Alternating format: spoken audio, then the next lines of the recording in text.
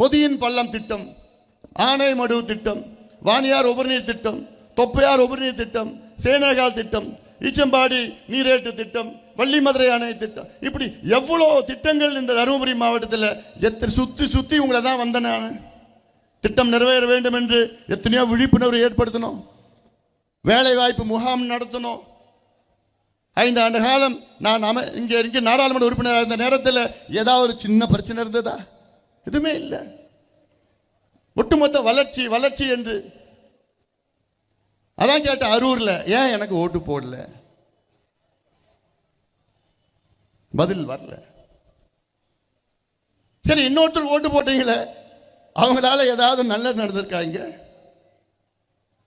ஏன் கடந்த நாடாளுமன்ற தேர்தலில் இன்னொருத்தருக்கு ஓட்டு போட்டீங்களே, அவரால் ஏதாவது ஒன்று நல்லது, ஏதாவது ஒரு துரும்பு?